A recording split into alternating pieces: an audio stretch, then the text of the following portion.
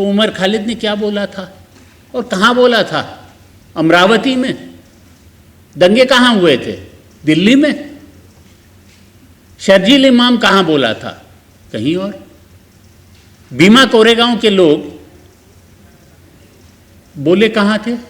कहीं नहीं बोले थे। पर पूना में एल्गार परिषद के वक्त किसी ने कुछ कह दिया था, उसके बाद क्यों 20 किलोमीटर दूर भीमा कोरेगांव में कुछ हुआ तो उसके कारण हुआ। आज ये आलम है कि प्रोसिक्यूशन जो चाहे कह दे कि इनके बोलने से कहीं और दंगा हुआ और उसके कारण अब इन्हें यूएपीए के तहत, इन्हें किसी और सख्त कानून के तहत हमने गिरफ्तार कर लिया और अब जज साहब आप देख लीजिएगा इनका क्या करें। और आप जज साहबों को सॉरी माफ कीजिएगा, और जज साहबों को ये भी बोला जाता है कि आप बेल नहीं दे सकते हैं जब तक आप इस फैसले पे नहीं आते हैं कि बिल्कुल केस बेबुनियाद है और ये अगर आप बेल दे दें ये वापस ऐसी कार्रवाई नहीं करेंगे। तो बेबुनियाद कैसे साबित करें? पूरा मटेरियल तो देखना पड़ेगा। मटेरियल क्या है सर? 3000 पेज है, 6000 पेज है और उसमें कुछ है नहीं। आप ढूंढ लीजिएगा क्या मटेरियल है। इन्वेस्टिगेटिंग एजेंसीज को एक ही फॉर्मूला है। जैसे एग्जाम में कोई लिखे जाता है और सोचता है कि हर पेज के लिए अगर एग्जामिनर आधा मार्क भी दे दे हम पासिंग मार्क तो ले आएंगे। तो इन्वेस्टिगेटिंग एजेंसी सब कुछ लिख देता है, इन्होंने ये कह दिया, वो कह दिया, ये कह दिया, उसीलिए फिर ये हुआ। प्रूफ कुछ है, कुछ कॉजेलिटी है, उसके बारे में कुछ नहीं कहेंगे और सिर्फ यही कहते हैं कि बेल ना दें। आज के ज़माने में ज़रूरत है संविधान को डिफेंड करने के लिए न सिर्फ वकीलों की पर शेरदिल जजों की भी ज़रूरत है। जजों को शेरदिली के साथ एक स्केप्टिसिज्म भी, हेल्दी स्केप्टिसिज्म जो कहते हैं वो भी होना चाहिए। कहना जजों को सवाल पूछने चाहिए कि साहब आप ये भाषण के बारे में बात कर रहे हो, भाषण कहाँ हुआ था? अच्छा, और उसके बाद उधर कुछ हुआ नहीं। आप क्या कह रहे हो? दंगा कहाँ हुआ? अच्छा, 1000 किलोमीटर दूर। तो उस भाषण और उस दंगे में कनेक्शन क्या है? उतना तो पूछ सकते हैं। नहीं, जज वही कहते हैं नहीं, सुप्रीम कोर्ट ने एक जजमेंट दिया है वटाली, और जिसमें कहता है कि ऐसे मामलों में आप मिनी ट्रायल नहीं कर सकते हैं।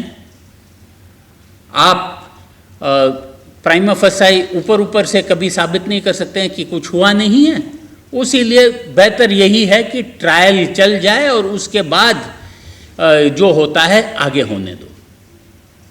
तो साहब, जब ट्रायल चलाने का प्रोसिक्यूशन का कोई इरादा है नहीं और ना ही कोई फोकस है, तो क्या आप 5 साल 10 साल कब तक रखोगे?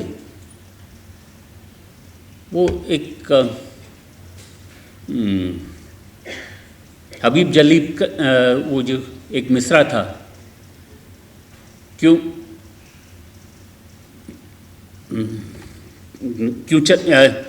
जिंदानों से डराते हो तुम? जी फरमाइए। हाँ, क्यों डराते हो जिंदानों की दीवार से? वही हो रहा है।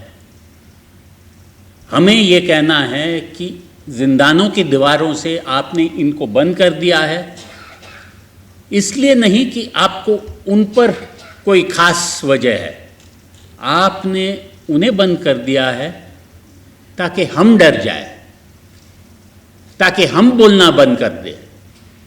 और जब यहाँ बैठे सभी लोग यही कहे, मैं नहीं जानता, मैं नहीं मानता और मैं नहीं डरता, तभी ही आगे देश बढ़ेगा। और जैसे कन्हैया कुमार ने बहुत पहले से कह दिया था कि बरतानिया से आज़ादी हम भारत को मिल गई है, पर भारत में आज़ादी भारत के लोगों को वो जो काम है वो इस जनरेशन का है। और इस जनरेशन के हमारे संविधान के सिपाहियों में इन्हें गिना जाएगा। हम हमेशा यही देखते हैं कि कोई सुन रहा है, कोई कुछ कहीं लिख रहा है हमारे बारे में। एक ज़माने में इमरजेंसी के वक्त हमने सुना था फली नरिमन साहब से एक कहानी कि वो एक दिन सुबह सुप्रीम कोर्ट के जो लाइब्रेरी थी वहाँ आ गए थे, और वहाँ उस ज़माने के दो दिग्गज वकील बैठे थे, एस.टी. देसाई और सी.के. दफ्तरी। सी.के. दफ्तरी साहब भारत के अटॉर्नी जनरल भी रह चुके थे। तो देसाई दोनों गुजराती थे और उस वक्त गुजराती भी कभी कभार बोलते थे। तो एस.टी. देसाई साहब ने दफ्तरी साहब को देखा और बोले चंदूभाई बोलो। और दफ्तरी साहब ऐसे ही अपने पाइप को ठीक ठीक करते हुए वापस देखे उन्हें और बोले पहला तमे बोलो, पहले आप बोलिए। उस 2 सेकंड या 2 मिनट की जो ये वार्तालाप में पूरी इमरजेंसी की कहानी है।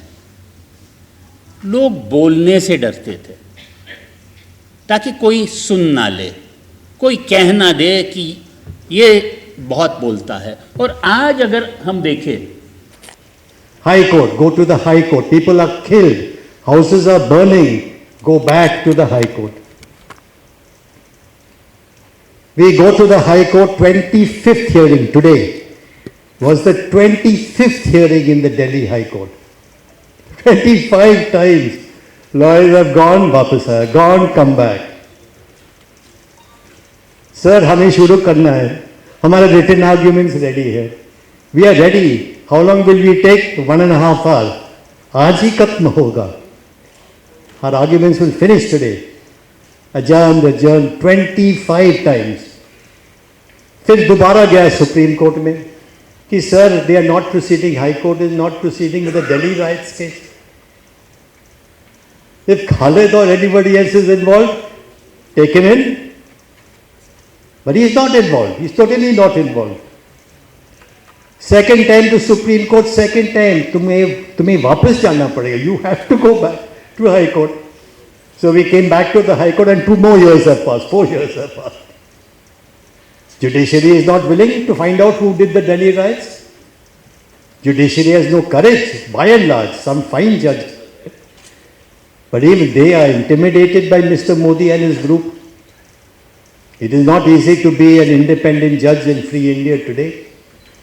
Even judges are scared, victimization, supersession, transfer somewhere.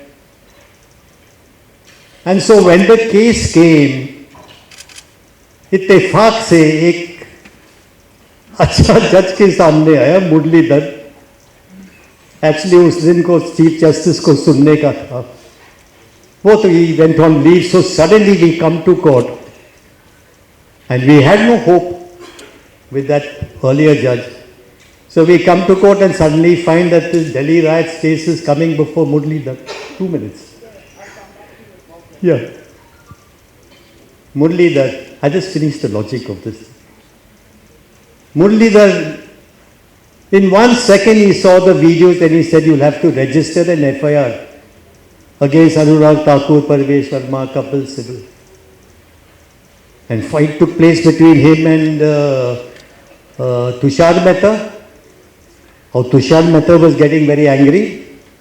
And ultimately he said, sir, I agree, we will do the necessary by tomorrow morning. Just look at this. And as he left the court, I also left the court, I could see he was very angry. In the night, 2 hours after that argument in court, Justice Muralidhar was transferred to Odisha. Interference, blatant interference with the administration of justice. And what were all the collegium judges doing? All these persons who steer the ship of the Supreme Court, what were they doing when it happened? They victimized for saying only this. I stop now. Saying only this. I've seen the video. Mr. Solicitor, you look at the video. It is a hate crime. Which started the Delhi riots were hate crimes. You have to register an FIR. Simplest thing in the criminal justice world. You have to register an FIR.